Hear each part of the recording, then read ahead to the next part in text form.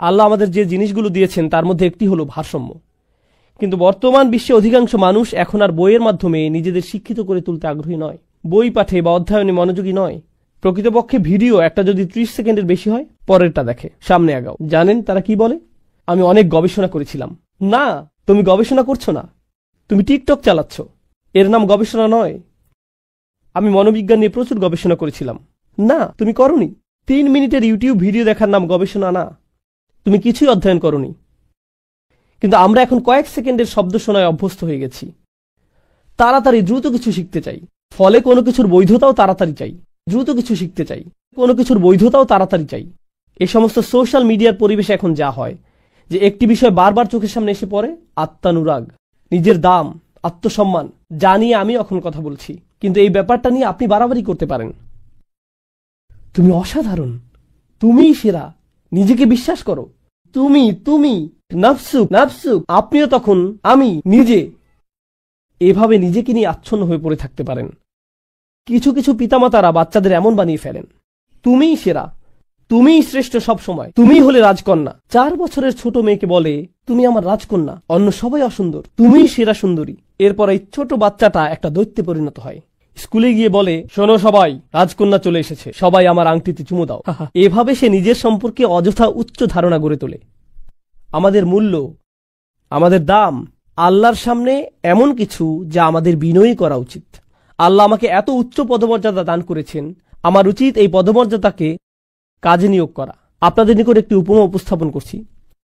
কল্পনা করুন, নিজের উপর কোনো আস্থা ছিল না আপনার, আপনাকে অতটা যোগ্য মনে করেননি, কিন্তু তবু একটা চাকরির জন্য আবেদন করলেন। এমনিতেই আবেদন করলেন, মনে মনে বলছেন, আমি নিশ্চিত ওরা আমাকে নিবে না। কিন্তু ওদের কাছ থেকে একটা কল এলো, ওরা আপনাকে নির্বাহী পদে নিয়োগ দিতে চায়, অনেক উপরের পদে। আপনি তো নিজের সম্পর্কে জানেন, আমি এই চাকরির জন্য মোটেই যোগ্য না। কিন্তু যাই হোক, ওই পদে আপনার নিয়োগ হয়ে গেল। আমি চাই আপনারা এটা নিয়ে চিন্তা করুন।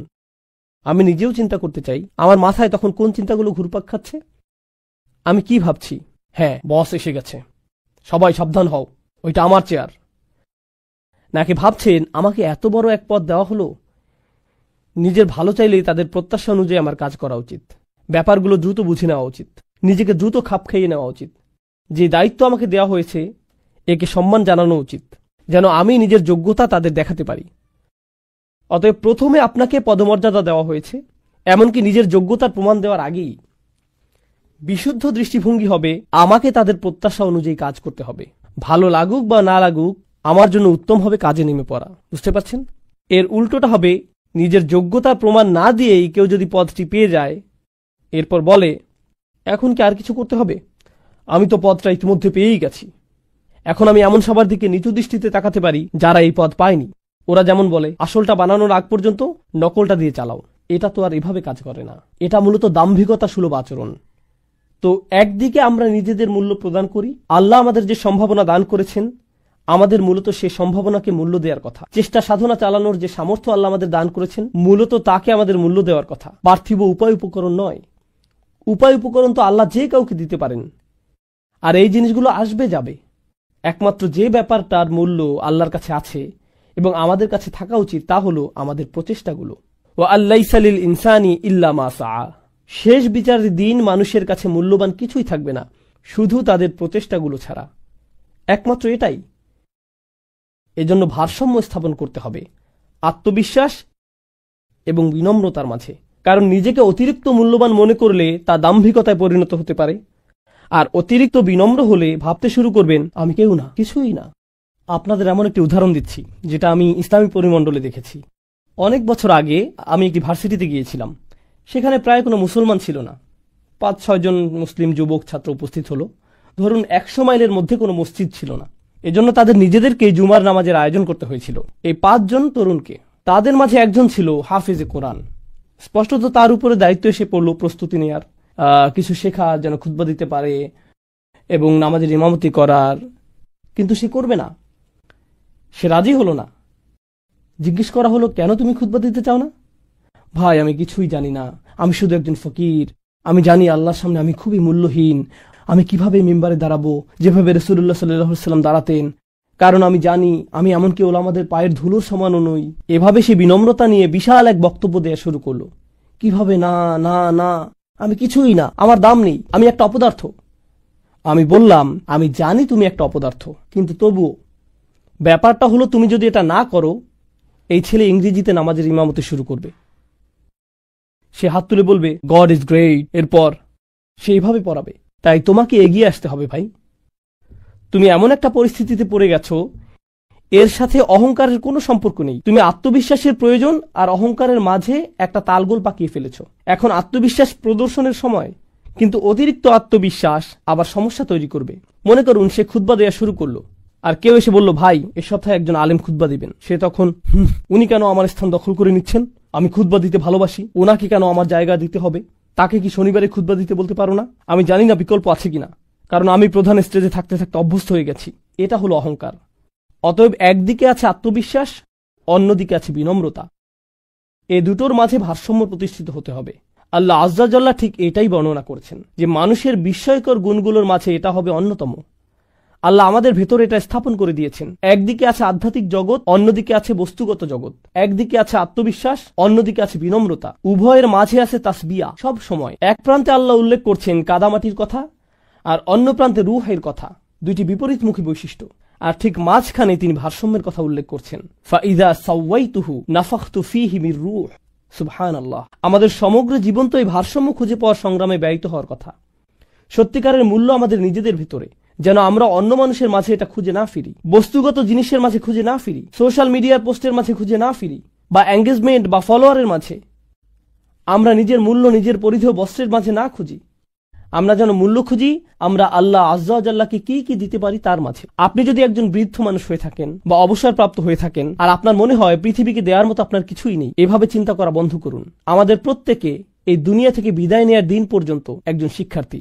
এমন কোনো বয়স নেই যে বয়সে ধর্মীয় শিক্ষা অর্জন বন্ধ করতে হবে। আপনি যত বেশি শিখবেন তত বেশি নিজেকে সমৃদ্ধ করবেন, আর নিজে যত বেশি সমৃদ্ধ হবেন প্রকৃতগতভাবে আপনার চারপাশের দুনিয়াও এতে বেশি সমৃদ্ধশালী হয়ে উঠবে। আরো বেশি প্রজ্ঞা আপনি পৃথিবীকে দিতে পারবেন। এক ব্যক্তি, শেষ এই বিষয়টাই আজ আপনাদের সাথে শেয়ার করব। আমার পরিচিত এক ভদ্রলোক সম্প্রতি মারা গেছেন, এক বয়স্ক লোক, যিনি বহু বছর পূর্বে চাকরি থেকে অবসর নিয়েছেন। এরপর নিজের ঘরেই থাকতেন সবসময়। তিনি তার সমগ্র দিন অধ্যয়ন এবং জ্ঞান অর্জনে, অধ্যাবসায় এবং শেখার কাজে ব্যয় করতেন। যখন তিনি পরপারে চলে গেলেন, তার সন্তানেরা, তার চাকরি ছিল না। যদি ওনার দিকে দুনিয়াবী দৃষ্টিতে তাকান, উনি ছিলেন পরিবারের জন্য অর্থনৈতিক বোঝা স্বরূপ। তাকে নিয়ে আমরা কি করব, কে তার যত্ন নিবে।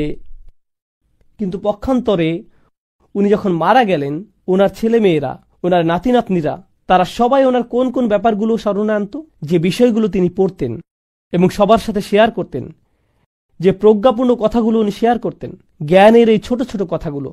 আপনি জানেন না, হয়তো তার নাতি নাতনির জীবন পরিবর্তন করে দিতে পারে। আল্লাহ যেমন ইউসুফ আলাইহিস সালাম সম্পর্কে বলেছেন, লাউলা আর রাআ বুরহানা রাব্বিহি। ইউসুফ আলাইহিস সালাম সামান্য কিছু উপদেশ শুনেছিলেন তার পিতা ইয়াকুব আলাইহিস সালামের নিকট থেকে। যখন তিনি ছোট ছিলেন, অনেক অনেক বছর ধরে তিনি ইসলামের উপর অটল ছিলেন। তার একমাত্র তারবিয়া ছিল বহু বছর আগে তার পিতার কাছ থেকে শোনা কিছু জ্ঞানগর্ভ কথা, ঠিক না? সুতরাং কোনো ভালো কাজই মূল্যহীন নয়, কোনো ভালো প্রচেষ্টাই মূল্যহীন নয়, কোনো আদম সন্তানই মূল্যহীন নয়।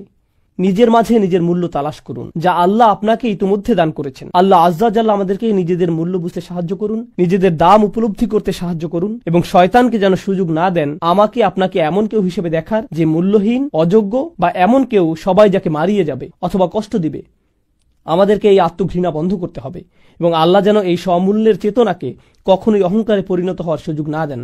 বারাকাল্লাহু লি ওয়া লাকুম ফিল কুরআনিল হাকিম ওয়া নাফা'নি ওয়া ইয়্যাকুম বিল আয়াতি ওয়া যিকরিল হাকিম।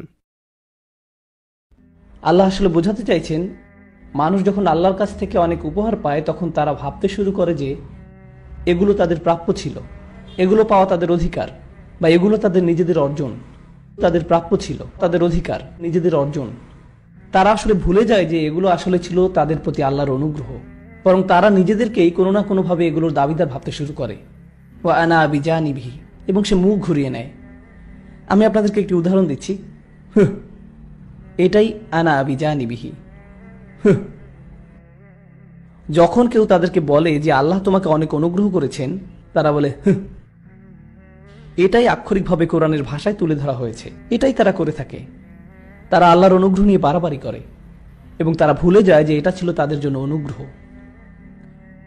ও ইদা মাশাহুশ শার, এবং যখন তারা ক্ষতির সম্মুখীন হয়, কানা ইয়াউসা, তারা পুরোপুরি হতাশ হয়ে যায়, দুঃখ ভারাক্রান্ত হয়ে বলে, আল্লাহ আমার সাথে কেন এমন করছেন, কেন আমার সাথে এমন হচ্ছে, আমি কি এমন করেছি? যখন ভালো কিছু হয় এটা আমার প্রাপ্য ছিল, এটাই আমার প্রাপ্য ছিল, কিন্তু যখন খারাপ কিছু ঘটে তখন এটা আমার প্রাপ্য ছিল না, আল্লাহ আমার সাথে এমন করেছেন। তাদের মন এতটাই জটিল। ছোট একটা সাইড নোট, এই আয়াতের একটি গুরুত্বপূর্ণ দিক হলো আদবের শিক্ষা। কিভাবে আমরা আল্লাহকে নিয়ে চিন্তা করব, কিভাবে আমরা তাকে নিয়ে কথা বলবো। এবং আপনারা সবাই জানেন একজন মানুষ কিভাবে কথা বলে তা আসলে প্রকাশ করে যে সে কিভাবে চিন্তা করে। যখন অনুগ্রহের কথা বলা হলো তখন আল্লাহ বলেন ওয়া ইযা আনআমনা, অতীতকালকে বোঝাচ্ছে। আনআমনা এখানে কে কাজটি করেছে? এটা হলো দামির মুস্তাদির তাকদিরুহু, নাহনু, আসলে এটা আল্লাহকে বোঝাচ্ছে। কিন্তু যখন বলা হলো ওয়া ইযা মাসসাহুশ শার, যখন অনুগ্রহের কথা বলা হলো তখন কে অনুগ্রহ করেছেন? আল্লাহ। কিন্তু যখন ক্ষতির কথা বলা হলো আল্লাহ বললেন মাসসা হুয়া মাসসা, আর ক্রিয়াটি হলো আশাররু, যখন তাকে ক্ষতি আঘাত করলো। অন্যভাবে বলতে গেলে আল্লাহ নিজেকে ক্ষতি শব্দটি থেকে দূরে রাখলেন। তাই আল্লাহ বলেননি যখন আমরা তাকে ক্ষতি দিয়ে আঘাত করলাম অথবা যখন আমরা তার ক্ষতি করলাম, কিন্তু তিনি তা করেননি, তিনি নিজেকে এর সাথে উল্লেখ করেননি। এটা আসলে আমাদেরকে আমাদের ধর্মের খুব গভীর একটা উপলব্ধি শিক্ষা দিচ্ছে। কারণ সবকিছুর শেষে আমাদের বিশ্বাস একটাই, সবকিছুই আল্লাহর পক্ষ থেকে। যখন কারো অসুখ হয় তাও আল্লাহর পক্ষ থেকে, আবার যখন কেউ ভালো হয়ে যায় সেটাও আল্লাহর পক্ষ থেকে। এটাই আমাদের বিশ্বাস। কিন্তু তার মানে এই নয় যে আমরা আল্লাহকে নিয়ে এভাবে কথা বলবো, যদিও এটাই বাস্তবতা। কিন্তু আমাদের অবশ্যই কিছু সম্মানের সাথে কথা বলতে হবে। কিন্তু কেন? এটা যদি সত্য হয় তাহলে সমস্যা কি? কেন একে সম্মানের সাথে বলতে হবে? এটাও একটা গুরুত্বপূর্ণ শিক্ষা। আল্লাহ আমাদেরকে শিক্ষা দিচ্ছেন এমনভাবে যেন সকল মানুষ তা বুঝতে পারে। একজন পরিপক্ক ইমানদার এটা জানে যে যখন ভালো কিছু ঘটে তখন তো তা ভালোই, কিন্তু যখন খারাপ কিছু ঘটে তখনও তা ভালোর জন্যই হয়। আর এই সব কিছুই পরীক্ষার অংশ। এটাই হলো ইমানের পরিপক্কতা। কিন্তু যারা এখনো তাদের ইমানের ব্যাপারে পুরোপুরি পরিপক্ক হয়নি, তাদেরকে যদি বলেন যে যখন খারাপ কিছু হয় তা আল্লাহর পক্ষ থেকেই হয়, তখন তারা এই ব্যাপারে কিভাবে চিন্তা করে? তারা ভাবে আল্লাহ আসলে খারাপ কিছু করেছেন এবং ইচ্ছা করেই করেছেন, কারণ তারা এর চেয়ে বেশি ভাবতে পারে না। তাই আল্লাহ এমনভাবে বলেছেন যেন যে এটা নিয়ে গভীরভাবে চিন্তা করবে সে তো এটা বুঝবেই, কিন্তু যে গভীরভাবে যাবে না সেও এটাকে ভুল বুঝবে না। যখন তাকে ক্ষতি স্পর্শ করলো, আল্লাহ বলেননি যখন আল্লাহ তার ক্ষতি করলো। আল্লাহ এভাবে বলেননি, কারণ যার চিন্তার গভীরতা কম সে এটা শুনেই ভুল বুঝতো। আল্লাহ আসলে ভুলটি শুধরে দিচ্ছেন এভাবে, যখন তাকে ক্ষতি স্পর্শ করলো সে সম্পূর্ণরূপে হতাশ হয়ে গেল। ইয়াইস আসলে মুবালাগা, এর অর্থ হলো বিষণ্ণ হওয়া, অত্যাধিক বিষণ্ণ হওয়া। এমন কিছু লোক আছে যারা সাফল্য পেয়ে অভ্যস্ত, তারা 100 পেয়ে অভ্যস্ত, তারা রেসে জিতে অভ্যস্ত, খেলাধুলাতে ভালো, সবকিছুতেই তারা প্রথম হয়, তারা সবসময় তাদেরকে যা বলা হয় তা করে, ইত্যাদি ইত্যাদি। এরপর কোনো একবার তারা হয়তো সফলতা পেল না, তখন তাদের সাথে কি হয়? এই ধরনের লোকদের জন্য ব্যর্থতা বা ক্ষতি মেনে নেওয়া খুবই কষ্টকর। যারা সবসময় চাপের মধ্যে থাকে, যেমন ধরুন পরিবারের চতুর্থ বা পঞ্চম সন্তান, তাদের কাছে এটা কোনো ব্যাপারই না। অথবা ধরুন পরিবারের সবচেয়ে ছোট সন্তানের কথা, আমার সবচেয়ে ছোট সন্তানকে নিয়ে আমি চিন্তায় থাকি, কারণ সে সবকিছুতেই পার পেয়ে যায়। কারণ যতক্ষণে ছোট সন্তানটির সময় আসে ততক্ষণে পিতামাতার পুলিশি কর্মকাণ্ড বন্ধ হয়ে যায়। আমি প্রায় আমার বাবা মাকে আমার ছোট বোনের কথা বলি, তারা আমাদের উপর খুবই কঠোর ছিলেন, কিন্তু আমার ছোট বোনটির কোনো কিছুই যেন তাদের চোখে পড়ে না। মা, কি হলো? আমাদের সাথে তো এমন করা হতো না, তাহলে ওর জন্য কেন এমন? আরে থাক না, ও তো ছোট মানুষ, বাদ দাও, ও খুবই ছোট। আরে ও মোটেই ছোট না। তো লোকদের সাথে কি হয়? তারা বকে যায়। অনুগ্রহ মানুষকে বকে দিতে পারে। তাই অল্প কিছু না পেলেই তারা অনেক হতাশ হয়ে যায়, পুরোপুরি হতাশ হয়ে যায়। আল্লাহ আমাদেরকে শিক্ষা দিচ্ছেন অনুগ্রহ আর খারাপ সময় নিয়ে। দুনিয়াতে আমাদের সবাইকে সীমিত পরিমাণ নিয়ামত দেয়া হয়েছে, একই সাথে সীমিত খারাপ সময়ও বরাদ্দ করা হয়েছে। আবার আল্লাহ আমাদেরকে রিজিকও নির্ধারণ করে রেখেছেন। যেমন আমাদের টাকা পয়সা, আমাদের বন্ধু বান্ধব, আমাদের পরিবার, সন্তান সন্ততি সহ আমাদের জীবনের ভালো যা কিছু আছে তার সবই আমাদের রিজিকের অন্তর্ভুক্ত। দুনিয়াতে আমাদের সবাইকে সীমিত পরিমাণ নিয়ামত দেয়া হয়েছে, আমাদের জীবনের ভালো যা কিছু আছে তার সবই আমাদের রিজিকের অন্তর্ভুক্ত। এবং আমাদের জীবনে এসব জিনিসের পরিমাণ অসীম নয়। অসীম পরিমাণ শুধু আপনি জান্নাতেই পাবেন। এই পৃথিবীতে সবকিছুই সীমিত, আর এই সবকিছুই আপনার জন্য বরাদ্দ করা আছে। এছাড়াও এই জীবনে আপনাকে সীমিত সংখ্যক পরীক্ষারও সম্মুখীন হতে হবে। আপনার জন্য যা বরাদ্দ হয়েছে তার চেয়ে আল্লাহ কোনো কিছু আপনাকে কম বা বেশি দিবেন না।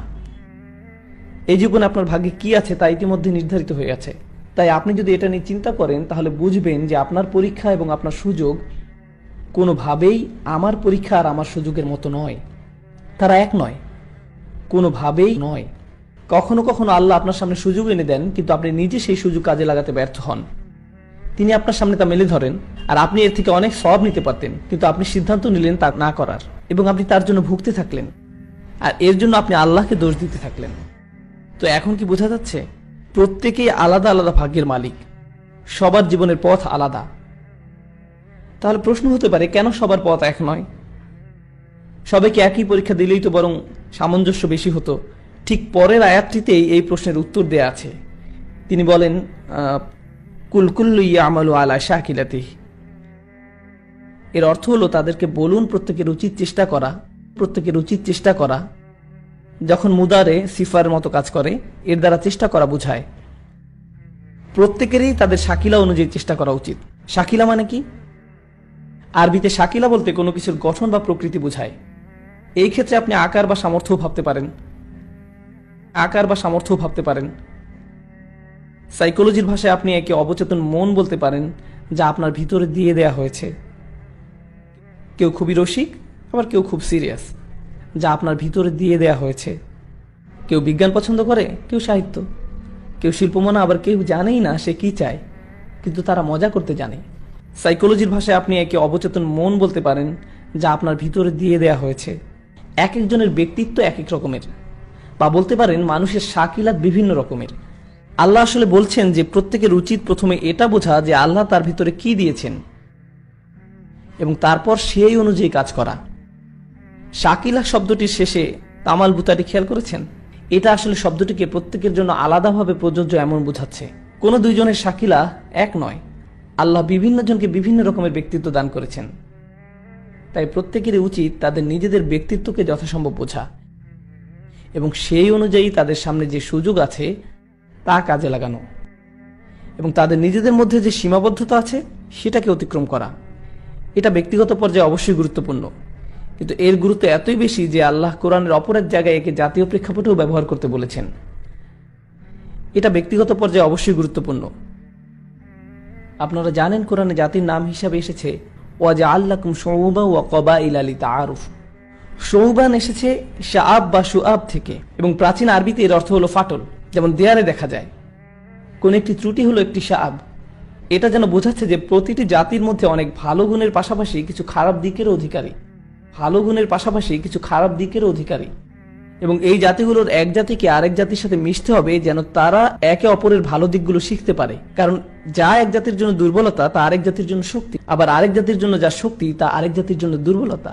যেমন আমাদের সংস্কৃতিতে কিছু জিনিস আছে মন্দ, তাই আমাদের উচিত অন্য জাতির কাছ থেকে তা শুধরে নেয়া। যেমন আমাদের খাদ্যাভ্যাস খুবই খারাপ, তাই আমাদের শেখা উচিত অন্য জাতির কাছ থেকে যাদের খাদ্যাভ্যাস আরো স্বাস্থ্যকর, যাদের 70 বছরের বয়স্করা হেঁটে বেড়ায় আর আমাদের 40 বছরের বয়স্করা লাঠিতে ভর দিয়ে চলে। তো হতেই পারে আমাদের মধ্যে কিছু কমতি আছে যা আমাদের অন্যদের কাছ থেকে শিখতে হবে। এটাই জাতীয় পর্যায়ে। একইভাবে ব্যক্তিগত পর্যায়েও কেউ যদি তার নিজের সীমাবদ্ধতা বুঝতে পারে, তাহলে তারা এমন মানুষের সাথে মিশতে পারে বা বন্ধুত্ব করতে পারে যারা তাদের এই দুর্বলতাকে ঠেকে রাখবে। তারা তার সীমাবদ্ধতা বুঝতে পারবে এবং সে অনুযায়ী তাদেরকে রক্ষা করতে পারবে। যদি আপনি আপনার নিজের চারপাশে শুধু এমন লোকদের নিয়ে রাখেন যারা আপনার মতো একই বিষয়ে দুর্বল, যেমন আপনার যদি মজা করার উপরে কোনো নিয়ন্ত্রণ না থাকে, এবং আপনি এমন বন্ধু জোগাড় করলেন যাদেরও আপনার মতো নিজেদের উপরে কোনো নিয়ন্ত্রণ নেই, তাহলে আপনাদের দ্বারা ভালো কিছু হবে না। ভালো কিছু হবে এমনটা আশা করা যায় না। দলে এমন একজনের থাকা উচিত যে বলবে যে দেখো যথেষ্ট হয়েছে, এখন থামা উচিত। আপনার কি বুঝতে পারছেন আমার কথা? আর এমন যদি হয় যে আপনি খুব সিরিয়াস আর আপনার বন্ধুরাও খুবই সিরিয়াস, তাহলে জীবন খুবই হতাশাজনক মনে হবে। আপনার কি বুঝতে পারছেন আমার কথা? এমন কারো থাকা উচিত যে মাঝে মাঝে মজা করবে। কুল কুল্লু ইয়ামালু আলা শাকিলাতিহি। আসুন এখন দেখি আল্লাহ আপনার কাছে কি আশা করেন। প্রত্যেকের উচিত অভিযোগ করার পরিবর্তে, অথবা যখন ভালো কিছু ঘটবে তখন খুশি, আর যখন খারাপ কিছু ঘটবে তখন মন খারাপ করার পরিবর্তে এমন চিন্তা করা উচিত যে প্রত্যেকের ভাগে নিজ নিজ ভালো ও খারাপ আছে, আর এ থেকে আপনাকে যথাসম্ভব বেশি করতে হবে নিজের ব্যক্তিত্ব অনুযায়ী। ফারাব্বুকুম আলামু বিমান হুয়া আহদা সাবিলান। আপনার প্রভু অবশ্যই জানেন কাকে বেশি পথের হদিস দেয়া হয়েছে। তিনি বলেননি আসসাবিলা, বরং বলেছেন সাবিলান, যাকে বলা হয় তামিজ, যা বলতে যে কোনো একটি রাস্তা বোঝায়, যা বলছে যে আমাদের প্রত্যেকের পথ হবে ভিন্ন আমাদের শাকিলাতের উপর নির্ভর করে। এ ব্যাপারটা আসলে নতুন আরেকটি প্রশ্ন নিয়ে আসছে। এই বিভিন্ন রকমের ব্যক্তিত্ব কোথা থেকে আসলো? কেন আমাদের স্বভাব বিভিন্ন রকমের? যেমন সাইকোলজিতে যমজ বাচ্চাদের নিয়ে গবেষণা করা হয়, একজনের পছন্দের রং নীল, আরেকজনের বেগুনি। গবেষকরা কোনোভাবেই বুঝতে পারেন না জিনগতভাবে সব একই হওয়া সত্ত্বেও কেন তাদের স্বভাব আলাদা। কেউ কেউ বলেন ব্যক্তিত্ব হলো জিন এবং পরিবেশের মিলিত প্রভাব, পরিবেশ ও প্রতিপালন। কিন্তু তারা এটা ব্যাখ্যা করতে পারেন না যে তাদের প্রকৃতি জিনগতভাবে এবং তারা একই পরিবেশে বড় হয়েছে, মানে পরিবেশ ও প্রতিপালন একই, কিন্তু তারপরে দেখা যায় একজন সাইকেল পছন্দ করে তো আরেকজন নৌকা, একজন খেলাধুলা পছন্দ করে তো আরেকজন শুধুই দাবা। এটা ব্যাখ্যা করা যায়নি যে কিভাবে যমজ বাচ্চাদের মধ্যে এটা হয়, অথচ আল্লাহ এই প্রশ্নের উত্তর দিয়ে দিয়েছেন। আল্লাহ বলেন তোমাদের ভিতরে রহস্যময় কিছু একটা আছে। এর পরের আয়াতটি হলো ওয়ায়াসআলুনাকা আনির রূহ কুলির রূহু মিন আমরি রাব্বি। তারা আপনাকে রূহ বা মানুষের প্রকৃতি নিয়ে প্রশ্ন করে। একটা কথা বলে নেই, রূহ আরবিতে খুবই আকর্ষণীয় একটি শব্দ। এর সম্পর্ক হলো রাওহ এর সাথে, যেমন ফারাউহু ওয়া রায়হান, আনন্দ, প্রশান্তি, সন্তুষ্টি। আমাদের মধ্যে এমন কিছু একটা আছে যা আমাদের প্রশান্তি বা আনন্দ দান করে, আর আমাদের প্রত্যেকের জন্যই তা ভিন্ন, আর আমরা এর ব্যাপারে খুব সামান্য জানি। আল্লাহ বলেন তারা আপনাকে রূহ নিয়ে প্রশ্ন করে, তাদের বলুন রূহ হলো আমাদের প্রভুর নির্দেশ মাত্র, মিন আমরি রব্বি। শাহ ওয়ালিউল্লাহ দেহলভী রহমতুল্লাহ আলাইহি যুক্তি দিয়েছেন যে আল্লাহর কর্মকাণ্ড আসলে দুটি ক্ষেত্রে প্রসারিত, আলামুল খালক এবং আলামুল আমর। আলামুল খালক হলো সৃষ্টি জগৎ, আর অপরটি হলো নির্দেশনার জগৎ। তিনি আসলে বোঝাতে চেয়েছেন যে আল্লাহ এই বিশ্ব সৃষ্টি করেছেন যা কিছু নিয়ম দ্বারা পরিচালিত হয়, যেমন এটা সময় দ্বারা পরিচালিত হয়। যেমন একটা বীজ বপন করলে তার সাথে সাথে বৃক্ষে পরিণত হয় না, এর একটা পদ্ধতি আছে। একটা শিশু রাতারাতি পূর্ণবয়স্ক হয়ে যায় না, এটা একটা সময় সাপেক্ষ প্রক্রিয়া। আর এটাই হলো সৃষ্টি জগৎ, এর একটা পদ্ধতি আছে। আল্লাহ এর সবকিছু এমনভাবে তৈরি করেছেন যেন সবকিছু একটা প্রক্রিয়ার অধীন। কিন্তু আলামুল আমর বা নির্দেশনার জগৎ নামেও একটা জগৎ আছে, যেখানে আল্লাহ কোন একটি নির্দেশ দেন আর তার সাথে সাথে পরিপূর্ণভাবে আবির্ভূত হয়। যেমন ফেরেশতারা হলো আলামুল আমরের অন্তর্গত, তেমনি রূহ হলো আলামুল আমলের অন্তর্গত, কোরআন হলো আলামুল আমরের অন্তর্গত। মানে এমন একটা অদৃশ্য জগৎ আছে যেখানে কোনো কিছু সময় দ্বারা সীমাবদ্ধ নয়, দূরত্ব দ্বারা সীমাবদ্ধ নয়, যেমনটা আমরা এই জগতে দেখে থাকি। তারা এমন কোন প্রক্রিয়ার অধীনে নয় যেমনটা আমরা চিন্তা করি। আলামুল আমরের নিজস্ব সক্রিয়তা আছে যা আল্লাহ নির্দেশের সমষ্টি। তাই যখন আমরের কথা বলা হয়, ইন্নামা আমরুহু ইযা আরাদা শাইআন আন ইয়াকুলা লাহু কুন ফায়াকুন, কুন ফায়াকুন। যখন তিনি নির্দেশ দেন সাথে সাথেই তা আবির্ভূত হয় তাৎক্ষণিকভাবে। এটাই আল্লাহর আমরের জগৎ। আর এই দুইটি জগৎকে মনে হয় যেন আলাদা। মানুষ হিসাবে আমাদের দৈহিক বৃদ্ধি হলো আলামুল খালক, আর আমাদের আত্মিক পূর্ণতা হলো আলামুল আমর থেকে, নবী সাল্লাল্লাহু আলাইহি ওয়াসাল্লাম মানুষকে শিক্ষা দিতেন, এই শিক্ষা কোথা থেকে আসতো? আলামুল আমর থেকে। তারা যে অলৌকিক নির্দেশনা দেখাতেন আলামুল খালকের নিয়মের বিরুদ্ধে, কারণ তা ছিল আলামুল আমর থেকে। যেমন ইব্রাহিম আলাইহিস সালামের ক্ষেত্রে আগুন তাকে স্পর্শ করেনি, এটাই ছিল আলামুল আমর। আর আল্লাহ বলছেন যে আপনার রূহ, যা আপনার ভিতরে আছে, আসলে আমরের অংশ। কুলির রূহ আমরি রব্বি, এটা আমার প্রভুর আমর থেকে। আমরা আসলে ফেরেশতাদের সম্পর্কে কতটুকু জানি আমরের জগৎ সম্পর্কে? কিছুই না। আল্লাহ আমাদেরকে যতটুকু বলেছেন তাই আমরা জানি, এছাড়া এটা পুরোপুরি আমাদের জন্য অজানা এক জগৎ। তার মানে আমরা এই শিখলাম যে আপনার আমার মধ্যে এমন কিছু আছে যা আমরের প্রকৃতি নির্ধারণ করে, অথচ আমি এ ব্যাপারে কিছুই জানি না। ওমা উতিতুম মিন ইলমি ইল্লা কলিলা, তোমাদের জ্ঞানের খুব অল্প অংশ দেয়া হয়েছে। আল্লাহ আমাদেরকে যতটুকু বলেছেন তাই আমরা জানি। আমাদের মধ্যে এমন শক্তিশালী কিছু একটা আছে যে আমরা নিজেরাও এর সম্পর্কে জানি না। এভাবে চিন্তা করুন, আমাদের মস্তিষ্ক, এটা কিন্তু রূহ নয়। এখানে খুব সূক্ষ্ম পরিসরে বৈদ্যুতিক সংকেতের মধ্য দিয়ে সবকিছু পরিচালিত হয়। একবার চিন্তা করুন, এই মস্তিষ্ক নিয়ে বিজ্ঞানীরা আসলে কতটুকু জানেন? এত বছরের গবেষণার পরেও তারা বলে থাকেন আমরা প্রায় কিছুই জানি না, আমরা মাত্র এটা বুঝতে শুরু করেছি। আর এই মস্তিষ্ক আসলে কিসের অংশ? আলামুল খালক। তাহলে আমরা কিভাবে আলামুল আমর নিয়ে বা রূহ নিয়ে জানব? তাই আল্লাহ আমাদের শিক্ষা দিচ্ছেন যে আমাদের অভিযানে নামতে হবে। যতই আপনি বরাদ্দ অনুযায়ী কাজ করবেন, ততই নিজের সম্পর্কে আরো জানতে পারবেন। আপনি আসলে কে সেটা আপনি কখনোই জানতে পারবেন না যতক্ষণ আপনি নিজেকে কাজে নিয়োজিত না করছেন। আর আমি এটাই আপনাদেরকে বোঝাতে চাইছিলাম। বর্তমান সময়ের তরুণরা, বিশেষভাবে তরুণরা, তারা বলে যে আমি জানি না আমার কি করা উচিত। উস্তাদ আমাকে বলুন আমার কি করা উচিত, আমি কোন বিষয়ে পড়ব, কোন চাকরি করব। কিন্তু তারা আসলে কিছুই করে না। তারা একজনের কাছ থেকে 30টা উপদেশ নেয়, তারপর আরেকজনের কাছে যায়, সেখান থেকে 40টা উপদেশ নেয়, তারপর আরেকজনের কাছ থেকে 50টা উপদেশ নেয়। এরপর যখন বিভিন্ন লোকের কাছ থেকে অনেক উপদেশ জমা হয়, তখন তারা বলে আমি তো 100 জনের কাছ থেকে 100 রকমের উপদেশ পেয়েছি। অবশ্যই, কারণ আপনি 100 জনের কাছে জিজ্ঞেস করেছেন আর 100 রকমের উত্তর পেয়েছেন, কারণ প্রত্যেক মানুষের মতামত ভিন্ন, তাই তারা ভিন্ন ভিন্ন উপদেশ দিবে। যতক্ষণ না আপনি নিজেকে কাজে নিয়োজিত করবেন, ততক্ষণ আপনি জানতে পারবেন না আপনি আসলে কি। আপনি আপনার শক্তি এবং দুর্বলতা কোনোটাই ধরতে পারবেন না। কোনো কাজ করার আগে ভয় পাওয়া বন্ধ করুন। উদ্যোগ নিতে ভয় পাবেন না, চেষ্টা করতে বা ব্যর্থ হওয়ার ভয় পাবেন না। ব্যর্থতা আসলে আপনার জন্য ভালো। এটা দেখিয়ে দেয় যে কোথায় ফাটল আছে, আপনাকে কোথায় উন্নতি করতে হবে তা দেখিয়ে দেয়। আবার আপনি কিসে ভালো সেটাও দেখিয়ে দেয়। হয়তো আপনাকে এতে আরো ভালো হতে হবে, কিন্তু এসব কখনোই হবে না যদি আপনি চেষ্টাই না করেন। যতক্ষণ আপনি নিজেকে কাজের মধ্যে নিযুক্ত করবেন, আমি চাই আপনারা এভাবে চিন্তা করুন, আমাদের রূহ তো আলামুল আমর থেকে, কিন্তু আল্লাহ আমাদেরকে এই যে জীবন দিয়েছেন যা আমরা কাজে লাগাতে পারি, তা তো অসীম নয়, তাই না? তাই পূর্ণবয়স্ক হওয়া আর ঘুম অথবা বৃদ্ধ হওয়া, যখন আপনি অকর্মণ্য হয়ে যাবেন, এর মধ্যে আমাদের হাতে খুব বেশি সময় নেই নিজেকে আবিষ্কার করার জন্য, নিজেকে কাজে নিবেদিত করার জন্য। তাই নতুন কিছু করতে ভয় পাবেন না। আল্লাহ আমাদেরকে এই যে জীবন দিয়েছেন, এত সুন্দর এবং অভিযানের সুযোগ দিয়েছেন, তাই চেষ্টা করতে ভয় পাবেন না। আর আপনারা যে আরবি শিক্ষার সিদ্ধান্ত নিয়েছেন, এটা অবশ্যই ভালো, কিন্তু এটা মাত্র ভ্রমণের শুরু। ব্যবসাগত, শিক্ষাগত সহ বিভিন্ন পেশা পরখ করুন। আর আপনি যদি ভয়ে জীবন কাটিয়ে দেন এই ভেবে, যদি এটা আমার জন্য না হয়, আমি যদি এতে সাফল্য না পাই, তাহলে আপনি সারা জীবন এক পাশেই পড়ে থাকবেন, জীবনে কোনো কিছুই করতে পারবেন না। ব্যর্থতার ভয় আপনাকে মুক্ত হতে হবে, নিজের শাকিলার উপর জোর দিতে হবে, আপনাকে প্রাথমিক ভয় কাটিয়ে উঠতে হবে। আর যখন তা পারবেন, দেখবেন জীবনে আশ্চর্যজনক পরিবর্তন শুরু হয়েছে। ব্যর্থতার ভয় আপনাকে মুক্ত হতে হবে। আমি আপনাদেরকে আমার সবচেয়ে প্রিয় ছাত্রের কথা বলি।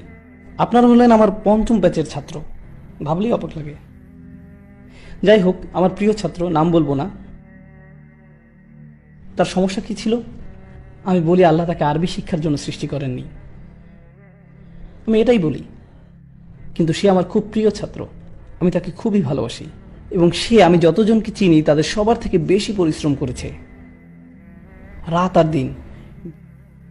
ব্রেকের সময়ও বাকিরা হয়তো অন্য কিছু করেছে, সে পড়াশোনা করেছে।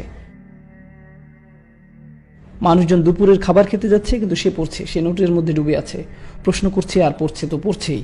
এবং সে, আমি যতজনকে চিনি তাদের সবার থেকে বেশি পরিশ্রম করেছে।